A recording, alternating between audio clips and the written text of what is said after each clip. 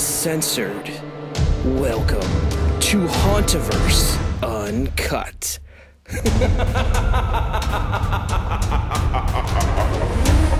Hello, ladies and gentlemen, and welcome back to another episode of Hauntoverse Uncut. I am, of course, Andrew Barczyk from Chicago, Illinois, joined once again by my very good friend Brian Bass from Nashville, Tennessee. Brian, how is it going this evening? Yeah.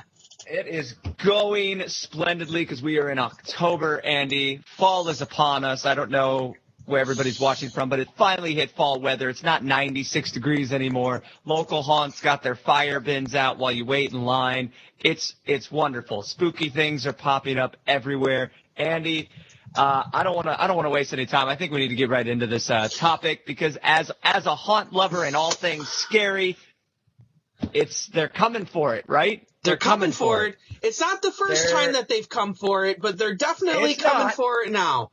So as you may have seen in the news over the last few weeks, we have had this great uproar over haunt once again. Usually it's something different every year. Sometimes it likes to repeat itself, though. And here we have a repeat story where recently Cedar Fair, specifically Canada's Wonderland, Knott's Berry Farm, and I believe California's Great America. I believe those are the three major ones affected by this. That they were running a VR haunt called Fear VR.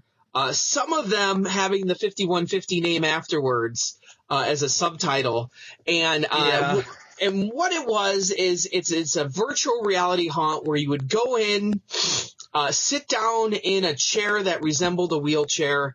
You would have the headset on, and you would experience this haunt, basically a VR haunt.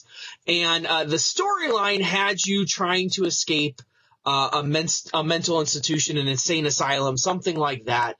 I can't really speak to the storyline exactly because I didn't do it, but that seems to be where the parks were going with this. And, of course, the mental health advocates protested this move and called for Cedar Fair to get rid of it. Brian, what are some of your initial thoughts on this?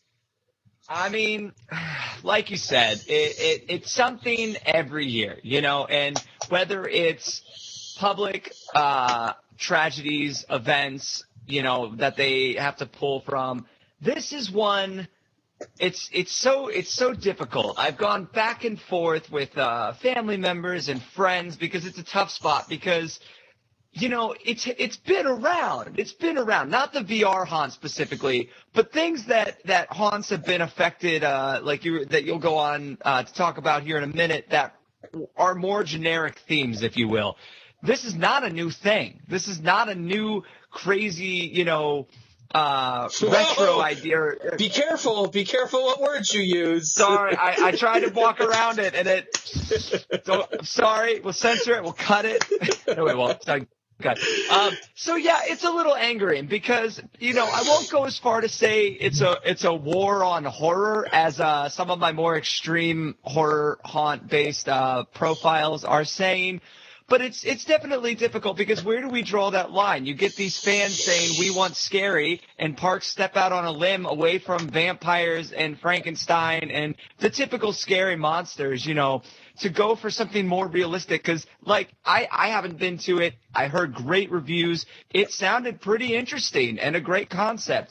And I understand where people are coming from, their sensitivity. But if we're going to go that far, I feel like then there could be a reform across every haunt going on right now because Leatherface, exorcism down in Orlando, those are all pretty touchy subjects depending on your beliefs, depending on, what you've been through. So I don't know. It's such a tough line. I'm angry, but I'm trying to be sympathetic because I don't, have skin in that game. So I don't really know how I would feel. But it's Halloween. It's scary stuff. That's the, I don't know. I'm having trouble with it. Andy, shed some light on it. And what confuses me most is this idea. We're getting some feedback right now, so I'm going to cut this part. Cool. Wop, wop, wop, wop. Okay, we're good now. No, it's when I talk. We're getting feedback for some reason. The fuck? Let me see if I can. They're tapping in. They're coming for us, Andy. I know. Okay, can you still hear me here? Yes. Okay, so maybe it's just the microphone I was using. I don't know. Hopefully that doesn't screw things up on the recording. We'll see. Yeah, we'll see. Okay, so in 3, 2. So the part that I don't get the most here is that this is not the first time that Cedar Fair's come under fire for this. It's not that the same exact story hit, maybe 4 or 5 years ago, and Cedar Point had a haunt called Dr. Demento's Asylum for the Criminally Insane. You know what? I want an actual name on that because I don't want to be called out by the YouTubers. Because it Robert does Dahl? have Dahl, you're going to call us out? Yeah, it does have a real name, and I have it on the wonderful Hauntoverse.com, where we have all of the great haunts of the world listed, the theme park haunts at least. Arguably one of the best haunt catalogs out there. I do not know of any other haunt catalog out there that is this extensive. Go to it. Yep, I don't want to shamelessly plug, but I use it whenever I need to look something up because it is the easiest, fastest way to do it. So it was Dr. Demented Asylum for the Criminally Insane. So I was pretty close there. I'll give it to you. And that was 2010. Okay. And in 2010, they came under fire for that name, that the same mental health advocates came out and said, you can't make a haunt based on this. And so what did they do? They gave it a new name and called it Eternity Infirmary. So basically left everything the same inside. Did not really change much at all. They still have, people in straitjackets inside with the Hannibal Lecter style masks on. And, didn't really change anything. But this year with this, not only did it affect these 3 haunts, but we're seeing a ripple effect now. Where I was just at Carowinds in our next show where I'll talk a little bit about Carowinds and some of the Cedar Fair haunts I've been to and do a little review. But Carowinds, had to throw away all their maps.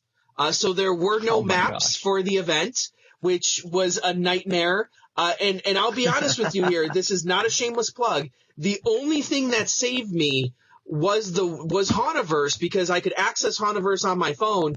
And for Carowinds, I actually have all the locations listed on there. So I could actually find the locations of brilliant. Perfect. But they just changed the name to Urgent Scare. We know that the Six Flags, I believe it's Six Flags Over Texas, had a haunt called Cadaver Hall Asylum. Basically, they just took the asylum off of the sign. I don't know if they changed anything on the inside of it to reflect the new non-asylum feel. It's just it's something every year. And Brian, I'm going to be honest with you here. You know what? I feel for the plight of the mental health advocates, but isn't everything kind of offensive in a haunt? Let's be honest. We are glorifying murderers, bad people, terrible situations, demonic possession, death. Even Horror Nights has sometimes gone into that satanic stuff with psychoscarapy. I mean, they've had the same asylum inmate scares going on. This is the nothing inmates new. took over last year. They took over the whole damn thing. It just I don't know. I feel for the plight of the mentally insane. Maybe I don't know if we should be afraid of them or not in real life. I don't come across many mentally insane people. But come on, this is all, and I fear now. What's the next move? As you well know, we have a clown epidemic in America. Are we now going to sanitize haunts of clowns? And and that has been a concern. They've said don't dress up as a clown this year for Halloween. I mean, the clowns really haven't done a whole lot. The two that were arrested were just doing it because they saw someone else do it. Yeah. And with that being pushed over in Busch Gardens, Williamsburg, who have pulled things from their event before. Last year, they pulled something due to a local incident. And I think 2 years ago, with all the decapitations going on overseas, they pulled all the hanging heads around. And again, that gets into such a dicey area, but I'm going to go back to what you say. It's the Halloween blanket. Everything that falls under it that's in a haunted house or is somewhat scary and not even somewhat really scary is offensive. It's murder. It's inappropriate. I mean, Halloween Horror Nights, you have people getting their spines ripped out and blood flying at you, people's throats getting cut. That's fine. But right now, it is. It's like you said, I feel for the situation, but I mean, what do you do? That's what it is, and it's a tough spot. And I think there's arguments for like Halloween Horror Nights. This year they talked about the potential of Purge maybe not making it to the parks due to the Orlando shootings. We've seen Eddie pulled. We saw Cindy, I think, was the other one who was pulled due to things like that, the special things happening too close together. I could see where that's a thing, but something that's been ongoing or something that's constantly in the world and has been used in haunts before, I think that's harder for me to really just let them go, okay, yeah, take that, because what will we be left with, We can't even have clowns anymore. I was going to say clowns and vampires, but soon that'll be offensive, know? Yeah. There's just parts of it that just don't make sense, and like I said, I hinted at this beginning of the show, this isn't the first time. We had the Bill and Ted stuff too, the gay advocates came in and said the Bill and Ted stuff was way too offensive out in Hollywood, and we haven't seen the show back. The last 2 years they've had the Jabberwockies out there instead of Bill and Ted.